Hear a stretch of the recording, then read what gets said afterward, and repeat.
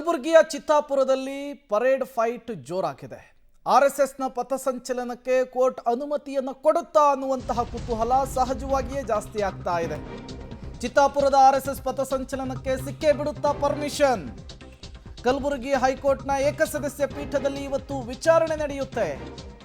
ನ್ಯಾಯಮೂರ್ತಿ ಕಮಲ್ ನೇತೃತ್ವದಲ್ಲಿ ನಡೀತಾ ಇರುವಂತಹ ವಿಚಾರಣೆ 2:30ಗೆ ಅರ್ಜಿ ವಿಚಾರಣೆ ಬರುತ್ತೆ. ಆರ್ಎಸ್ಎಸ್ ಸೇರಿ 10 ಸಂಘಟನೆಗಳಿಂದ ಲಿಖಿತ ಹೇಳಿಕೆಯನ್ನು ಜಿಲ್ಲಾಡಳಿತ ಈಗಾಗಲೇ ಪಡೆದುಕೊಂಡಿದೆ. ಕೋರ್ಟ್ಗೆ ಇವತ್ತು ಜಿಲ್ಲಾಡಳಿತ ಅದೇ ವರದಿಯನ್ನೇ ಸಬ್ಮಿಟ್ ಮಾಡುತ್ತೆ. ಜಿಲ್ಲಾಡಳಿತದ ವರದಿ ವಾದ ಪ್ರತಿವಾದವನ್ನು ಆಲಿಸಿ ಇವತ್ತು ಕೋರ್ಟ್ ಒಂದು ತೀರ್ಪು ಕೊಡುವಂತಹ ಚಾನ್ಸಸ್ ಜಾಸ್ತಿ ಇದೆ. ಸರ್ಕಾರದ ಪರ ಎಜಿ ಶಶಿಕಿರಣ್ ಶೆಟ್ಟಿ ಅವರು ವಾದ ಮಂಡಿಸ್ತಾರೆ. ಯಾಕೆ ಅವಕಾಶ ಕೊಡಬಾರ್ದು ಆರ್ಎಸ್ಎಸ್ಗೆ ಅಂತ ಹೇಳಿ, ಯಾಕೆ ಆರ್ಎಸ್ಎಸ್ ಪರೇಡ್ಗೆ ಅವಕಾಶ ಕೊಡಬೇಕು ಅಂತ ಹೇಳಿ ಅರುಣ್ ಶ್ಯಾಮ್ ವಾದವನ್ನು ಮಂಡಿಸೋದಕ್ಕೆ ರೆಡಿಯಾಗಿದ್ದಾರೆ. ವಾದ ಪ್ರತಿವಾದವನ್ನು ಆಲಿಸಿ ಜಿಲ್ಲಾಡಳಿತದ ವರದಿಯನ್ನು ಉಲ್ಲೇಖಿಸಿ ಬಹುತೇಕ ಇವತ್ತು ಒಂದು ತೀರ್ಪು ಹೊರಬೀಳುವಂತಹ ಸಾಧ್ಯತೆ ಇದೆ. ಏನಾಗುತ್ತೆ ಪರೇಡ್ನ ಭವಿಷ್ಯ ಅನ್ನುವಂತಹ ಕುತೂಹಲ. ಈಗಾಗಲೇ ವಾದ ಪ್ರತಿವಾದವನ್ನು ಆಲಿಸಿ ಇವತ್ತಿಗೆ ಮುಂದೂಡಿಕೆ ಮಾಡಲಾಗಿತ್ತು. 28ನೇ ತಾರೀಕು ಶಾಂತಿ ಸಭೆಯನ್ನು ನಡೆಸೋದಕ್ಕೆ ಜಿಲ್ಲಾಡಳಿತಕ್ಕೆ ಕೋರ್ಟ್ ಸೂಚನೆ ಕೊಟ್ಟಿತ್ತು. ಶಾಂತಿ ಸಭೆಯೂ ಕೂಡ ಅಧ್ವಾನ ಆಯಿತು.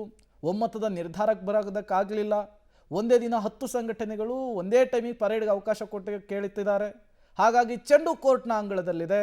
ಇವತ್ತು ಕೋರ್ಟ್ ಯಾವ ತೀರ್ಪನ್ನು ಕೊಡುತ್ತೆ? ಆರ್ಎಸ್ಎಸ್ ಪಥಸಂಚಲನಕ್ಕೆ 2ನೇ ತಾರೀಕಿಗೆ ಪರ್ಮಿಷನ್ ಕೊಡುತ್ತಾ ಅಥವಾ ಬೇರೆ ದಿನಾಂಕದಂದು ಪರೇಡನ್ನು ನಡೆಸೋದಕ್ಕೆ ಸೂಚನೆ ಕೊಡುತ್ತಾ? ತುಂಬ ಕುತೂಹಲಕ್ಕಂತೂ ಕಾರಣವಾಗ್ತಾ ಇದೆ.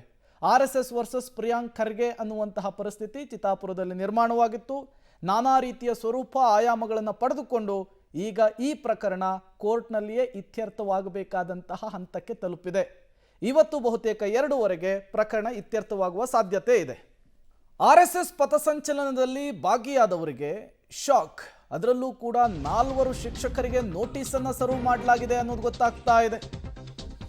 4 ಸರ್ಕಾರಿ ಶಿಕ್ಷಕರಿಗೆ ಶಿಕ್ಷಣ ಇಲಾಖೆಯಿಂದ ನೋಟಿಸ್ ಸರ್ವ್ ಆಗಿದೆ.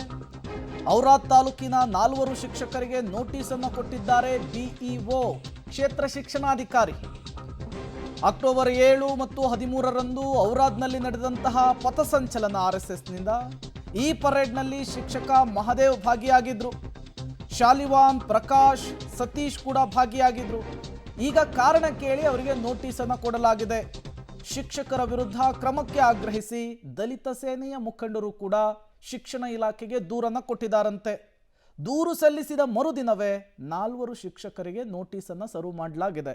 ಅವರ ವರ್ಷನನ್ನು ಕೇಳ್ತಾರೆ, ಯಾವಾಗಿಂದು ಏನು, ಅದಾದ ಮೇಲೆ ಶಿಕ್ಷಣ ಇಲಾಖೆ ಯಾವ ರೀತಿಯ ಕ್ರಮವನ್ನು ತೆಗೆದುಕೊಳ್ತಾರೆ ಅನ್ನೋದನ್ನು ಕಾದು ನೋಡಬೇಕಿದೆ. ಈ ಹಿಂದೆಯೂ ಕೂಡ ಎಚ್ಚರಿಕೆ ಕೊಡುವಂತಹ ಕೆಲಸವನ್ನು ಸರ್ಕಾರ ಮತ್ತು ಅಧಿಕಾರಿಗಳು ಮಾಡಿದರು. ಯಾವುದೇ ಕಾರಣಕ್ಕೂ ಸರ್ಕಾರಿ ನೌಕರರು ಆರ್ಎಸ್ಎಸ್ನ ಪರೇಡ್ನಲ್ಲಿ ಭಾಗಿಯಾಗಬಾರ್ದು ಅಂಥೇಳಿ. ಹಾಗಿದ್ದು ಕೂಡ ಭಾಗಿಯಾಗಿದ್ದಾರೆ. ನೋಡೋಣ ಸರ್ಕಾರದ ಸ್ಟ್ರಿಕ್ಟ್ ಆ್ಯಕ್ಷನ್ ಅಪ್ಲೈ ಆಗುತ್ತಾ ಇಲ್ವಾ, ಕೇವಲ ಅವರಿಗೆ ಎಚ್ಚರಿಕೆಯನ್ನು ಮೂಡಿಸಿ ವಾಪಸ್ ಕಳಿಸ್ಕೊಡ್ತಾರಾ, ಏನಾಗುತ್ತೆ ಅಂಥೇಳಿ.